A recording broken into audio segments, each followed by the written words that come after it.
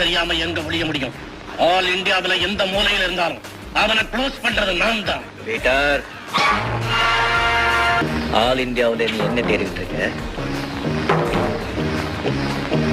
உனக்காக நான் இங்கே காத்துக்கிட்டு இருக்கேன்.